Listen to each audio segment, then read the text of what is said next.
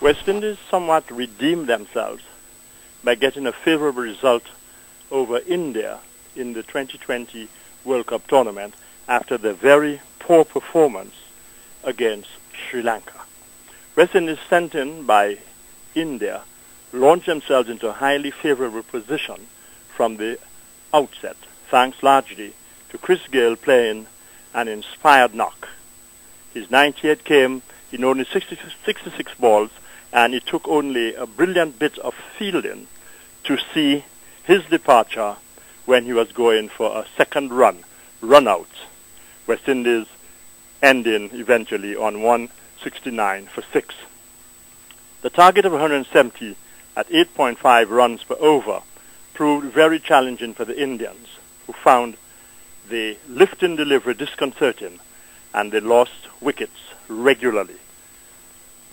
When a direct hit by Dwayne Bravo accounted for the run-out of Dhoni to make the score 139 for 8, the writing was indeed well and truly on the wall. India reached 155 for 9, leaving West Indies winners by 14 runs. It was in the end a good win for West Indies, but there were times when the bowling was rather erratic in desired length and line. All is left to be seen as to how West Indies would shape against Australia in their final match in the Super 8s, and whether Chris Gayle and his men can sneak into the semi-finals. Now, on quite another area of consideration, the information that the Jamaican Marlon Samuels has served his 2-year ban and is available now for selection to the West Indies team comes as good news in view of a somewhat chronic weakness with the West Indies middle order batting. All this is in context of the South Africa tour to the Caribbean for one-day international engagements, which starts shortly.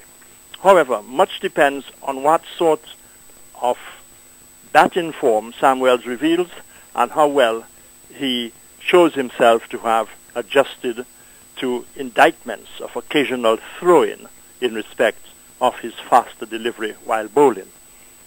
If all goes well, as a reacquisition, one would call it, Marlon Samuels would be a very fine asset as a top-order batsman, slow bowler, and capable fielder. Whom would he replace at the top of the order?